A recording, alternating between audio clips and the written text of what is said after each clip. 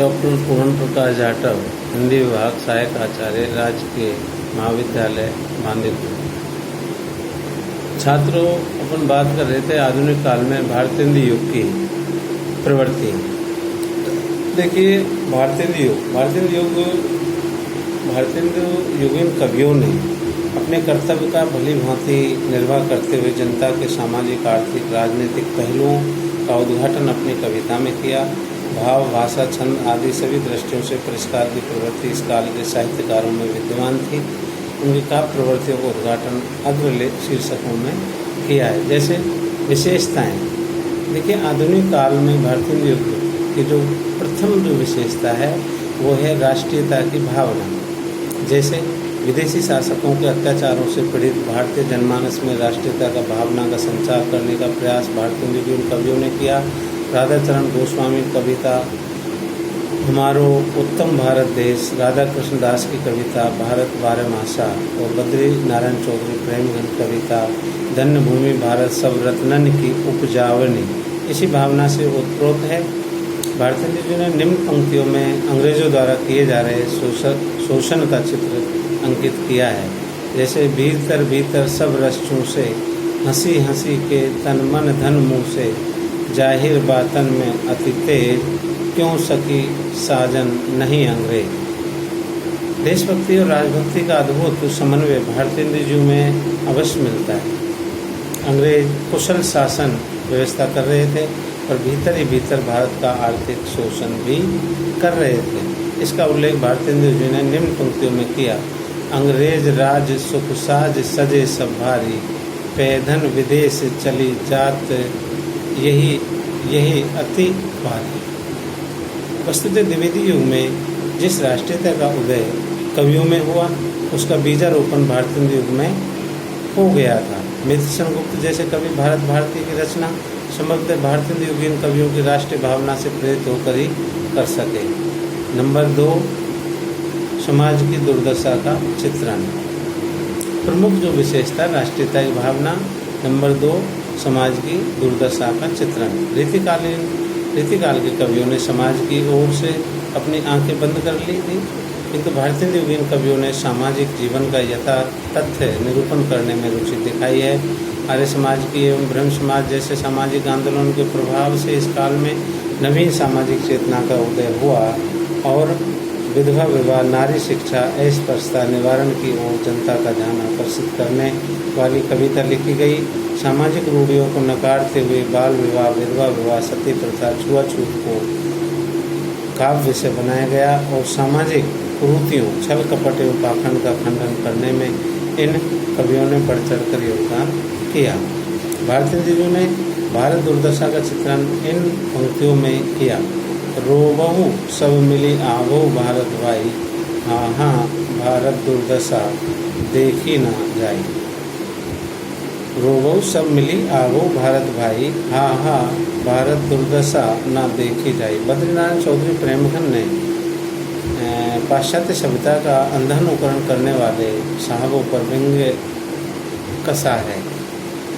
चूसव चुरूट लाख पर लागत, पान बिना मूसून, अक्षर चारी पढ़े अंग्रेजी, बन गए अफलातून। बाल विधवाओं की दुर्दशा पर प्रताप नारायण मिश्र ने लिखा, कौन करे जो नहीं कस कथु सुनी, विपत्ति बाल विधवन की। राधाचरण गोस्वामी ने भी भारत की दुर्दशा का चित्रण करते हुए लिखा है कि मैं हाय हाय दे धाय पुकारो गोई, भारत की डूबी नाव उबारो कोई। वस्तुतः वे अपनी पीढ़ी को सचेत करते हुए भारत की डूबी नैया को उबारने की बात कर रहे हैं। तीसरा जो विशेषता है श्रृंगारिकता। भारतेंदु युग के कवियों ने श्रृंगार की मर्यादित अभिव्यक्ति की है। द्विवेदी कालीन पद्धति पर नक्सिक वर्णन एवं नायिका भेद का चित्रण तो इन कवियों ने किया ही है, साथ ही कृष्ण को नायक मानकर और राधा को नायिका मानकर उनकी प्रेम लीलाओं का चित्रण भी किया है। भारतेंदु जी की रचनाओं जैसे प्रेम सरोवर, प्रेम तरंग, प्रेम माधुरी, प्रेम फुलवारी में श्रृंगार भावना की सुंदर अभिव्यक्ति हुई है। वेश नदी को प्राप्त नायिका का सुंदर चित्र द्रष्टव्य है। शिशुताई अंजो ने गई तरते, तऊ जीवन ज्योति बटोरे लगी, सुनी के चर्चा हरिचंद की कानन, फूक दे भों मरोरे लगी। बची सासों जेठानिन सो पीवेते, दुरी घूंघट में द्रग जोर लगी, दूल्ही उल्ही सब आंगन ते, दिन द्वे ते पीयूष निचोरे लगी। इन कवियों ने वियोग श्रृंगार का भी सुंदर चित्रण अपनी रचनाओं में किया है। ठाकुर जगमोहन सिंह ने अपनी रचना प्रेम संपत्ति ललिता में नायिका के विरह का निरूपण इन पंक्तियों में किया है।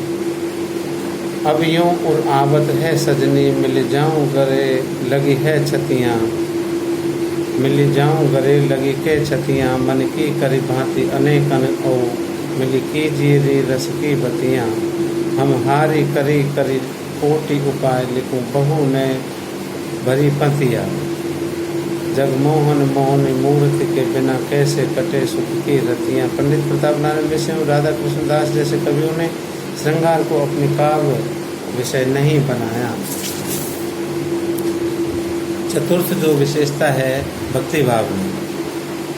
भक्ति भावना भारतेंद्र जी को भक्ति भावना पैतृक विरासत में मिली थी। उनका भक्ति परक रचनाओं में प्रमुख भक्ति सर्वस, वैशाख महात्म्य एवं कार्तिक स्नान। भारतेंद्र जी पुष्टि मार्ग के भक्त थे और वल्लभ संप्रदाय में दीक्षित थे, इसलिए वे इस प्रकार की पंक्तियां लिख सकने में समर्थ हो सके। मेरे तो साधन एक ही है, जगनंद लला वृषभानु दुलारी। राधा कृष्ण की मधुर छवि का अंकन उनके अनेक पदों में मिलता है, उपलब्ध होता है। नैन भरी देखूं लेहू ये जोड़ी, मनमोहन सुंदर नर नागर सी वृषभानु किशोरी। कहा कछु छवि कही नहीं आवे, वह सांवर यह गोरी। देखिए प्रकृति चित्रण जो है, भारतीय कवियों ने प्रकृति का स्वतंत्र रूप में चित्रण किया है। यद्यपि कहीं कहीं परंपरा निर्वाह करते हुए प्रकृति निरूपण किया गया है। एक ओर तो बसंत वर्षा ऋतुओं को मनोहारी चित्रांकित किए, तो दूसरी ओर गंगा यमुना चांदनी आदि का सुंदर चित्रण किया है। भारतीय कृत बसंत होली में बसंत का वर्णन है तथा चंद्रावली नाटिका में यमुना वर्णन किया गया है। प्रकृति के माध्यम से नायक नायिका की श्रृंगार चेष्टाओं का निरूपण भी किया है।